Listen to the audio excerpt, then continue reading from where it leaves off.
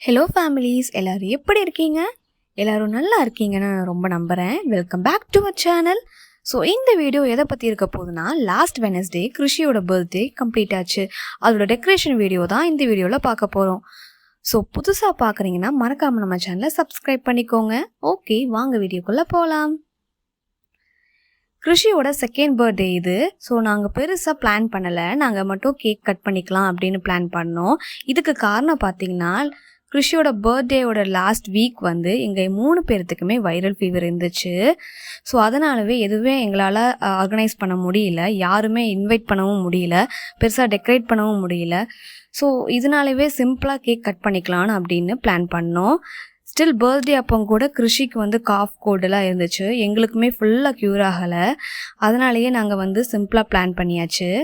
ஆக்சுவலாக night cake cut பண்ணலாம் தான் பிளான் பண்ணோம். பட் டெக்கரேஷன் ஒர்க் கம்ப்ளீட் பண்ண முடியாதனால ஓகே, நைட் வந்து டெக்கரேஷன் ஒர்க்லாம் கம்ப்ளீட் பண்ணிடலாம், மார்னிங் எழுந்திரிச்சு கேக் கட் பண்ணிக்கலாம் அப்படின்னு பிளான் பண்ணி 11 o'clock மேலே டெக்கரேஷன் ஒர்க்லாம் ஸ்டார்ட் பண்ணோம். ஃபர்ஸ்ட் நான் மட்டுமே தான் டெக்கரேஷன் பண்ணிகிட்டு இருந்தேன்.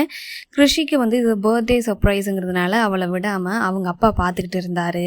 ஆனால் ரொம்ப நேரமாக பலூன் ஊதுறதுக்கே நான் டைம் ஸ்பெண்ட் பண்ணிகிட்டு இருந்ததை பார்த்துட்டு கடைசியில் 2 பேருமே களத்தில் இறங்கிட்டாங்க. கொஞ்ச நேரம் எனக்காக வந்து என் ஹஸ்பண்ட் வந்து பலூன் ஊதி கொடுத்து ஹெல்ப் பண்ணிக்கிட்டு இருந்தார். அதுக்கப்புறம் 2 பேர்த்துக்குமே தூக்கம் வருதுன்னு கிளம்பிட்டாங்க. நான் தான் அதுக்கடுத்து ஃபுல்லாக பார்த்துட்டு இருந்தேன். என்னையும் தூங்கவான்னு கூப்பிட்டாங்க. பட் இந்த கைப்புள்ள டெக்கரேஷன் ஒர்க் முடிக்காமல் வராதுன்னு நான் சொல்லிட்டேன். ரொம்ப சிம்பிளான டெக்கரேஷன் தான் சூஸ் பண்ணியிருந்தேன். பட் அதுக்கே இவ்வளோ நேரம் எடுக்கணும்னு நினைக்கவே இல்லை. ஏன் இவ்வளோ நேரம் ஆச்சுன்னா, ஒரு கான்ஸ்டண்ட்டாக நான் ஃபுல் டெக்கரேஷன் ஒர்க்குமே பார்க்கல. இடையில போய் நிறைய ஒர்க் நான் பார்த்துட்டு இருந்தேன். அதனாலேயே ரொம்ப டைம் எடுத்துருச்சு.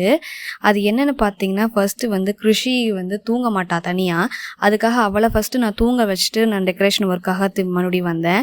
அதுக்கப்புறம் கொஞ்ச நேரத்துலேயே அவள் எழுந்திரிச்சு ஃபுல்லாக வாமிட் பண்ண ஆரம்பித்தா. ஏன்னா அவளுக்கு காஃபு கோல்டு இருந்ததுனால வாமிட் பண்ண ஆரம்பிச்சிட்டா. ஸோ அவளை பார்த்துட்டு அவளை வாமிட் பண்ணதெல்லாம் க்ளீன் பண்ணிவிட்டு பெட்ஷீட் எல்லாம் க்ளீன் பண்ணிட்டு அதுக்கப்புறம் மறுபடியும் நான் வந்து டெக்கரேஷன் ஒர்க் ஸ்டார்ட் பண்ணேன். இப்படியே வந்து 1 o'clock ஆயிடுச்சு. மறுபடியும் ஒரு 1:30 வரைக்கும் வந்து நான் டெக்கரேஷன் ஒர்க் பண்ணிக்கிட்டு இருந்தேன். என் பொண்ணு தூங்கும்போது என் ஹஸ்பண்ட் நீயும் வா தூங்கு அப்படின்னு சொன்னார். பட் ஒரு வேலையை ஸ்டார்ட் பண்ணிட்டோம்னா அது ஃபுல் ஃபோக்கஸ்டாக கம்ப்ளீட் பண்ணாமல் வரமாட்டேன்னு சொல்லிட்டு மறுபடியும் 1:30க்கு மேலே நான் வந்து டெக்கரேஷன் ஒர்க் ஸ்டார்ட் பண்ணிட்டேன். இப்படியே 2 o'clock ஆயிடுச்சு. நிறைய பேர் கேட்கலாம், ஏன் எதுக்காக சிம்பிளாக செலிப்ரேட் பண்ணுறீங்க, எதுக்காக டெக்கரேஷன் பண்ணுறீங்க அப்படின்னு. ஆக்சுவலாக எனக்கு வந்து டெக்கரேஷன் பண்ணுறது ரொம்ப பிடிக்கும். அதுவும் என் பொண்ணுக்காக பண்ணுறது எனக்கு அது இன்னும் ரொம்ப ஸ்பெஷல். என் பொண்ணுக்காக பண்ணுற சின்ன சின்ன விஷயம் கூட பார்த்து பண்ணுறதுனால எனக்கு ரொம்பவே அதில் சந்தோஷம். ஃபைனலாக வந்து இந்த டெக்கரேஷன் ஒர்க்கெல்லாம் நைட்டு 2 o'clock கம்ப்ளீட் பண்ணேன். அதுக்கப்புறம் கூட எனக்கு தூக்கமே வரல. ஏன்னா இந்த டெக்கரேஷன் பற்றி யோசிச்சு அவள் எப்படி ரியாக்ட் பண்ணுவா அப்படிங்கிற மாதிரியே யோசிச்சுட்டே இருந்துட்டேன். ஒரு வழியாக ஒர்க் எல்லாமே முடிச்சுட்டு பெட்ரூம்குள்ளே போய் பார்த்தா அப்பாவும் பிள்ளையும் பயங்கரமாக படுத்து தூங்கிட்டு இருந்தாங்க. பார்க்கவே கடுப்பாக தான் இருந்துச்சு. சரி என்ன பண்ணுறது, நம்ம தான் டெக்கரேஷன் ஒர்க் கம்ப்ளீட் பண்ணணும், வரமாட்டேன்னு சொல்லிட்டோம். ஸோ அதனால் வந்து கோவப்பட்டு எந்த பிரயோஜனமே இல்லை அப்படின்ட்டு நானும் சைலண்ட்டாக போய் படுத்துட்டேன். நடுவில் கொஞ்சம் பக்கத்தை காணாங்கிற மாதிரி டெக்கரேஷன் ஒர்க்கில் ஃபுல்லாக கம்ப்ளீட் பண்ணி பார்த்துட்டா பயங்கரமான ஒரு சொதப்பல் ஆகிப்போச்சு. என்னென்னா பலூன்ஸ் எல்லாமே அரேஞ்ச் பண்ணி வச்சாச்சு, ஹாப்பி பர்த்டேலாம் மாட்டியாச்சு. பேக் டெக்கரை வந்து ஒயிட் கலரில் கொடுத்துட்டேன். தெரியாமல் வந்து அது கலரில் கொடுத்ததுனால என்ன ஆயிடுச்சுன்னா, என் பொண்ணு வரைஞ்ச சில ஓவியங்கள்லாம் அப்படியே பயங்கரமாக ஃபோட்டோவில் தெரிஞ்சுது. இது என்னடா பண்ணுறது, வேறு எதுவும் மாற்ற முடியல, ஆல்டர்னேட்டிவாக எதுவுமே என்கிட்ட இல்லை.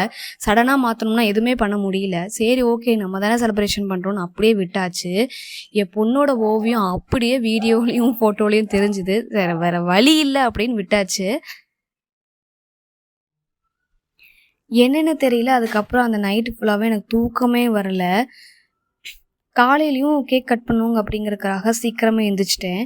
ஆனால் அன்றைக்கி ஃபுல்லாகவே நான் ரொம்ப ஹாப்பியாக இருந்தேன். என் பொண்ணோட பர்த்டே அப்போ அவள் சந்தோஷமாக இருந்ததை விட நான் தான் ரொம்ப சந்தோஷமாக இருந்தேன்.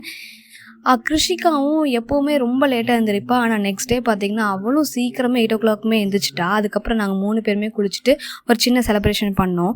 செலிப்ரேஷன் பண்ணும்போது அவள் ரொம்ப ஹாப்பியாக இருந்தா. அவள் பார்க்கவே எனக்கு ரொம்ப சந்தோஷமாக இருந்துச்சு. அவளோட மூஞ்சில் அவ்வளோ சிரிப்பு இருந்தது.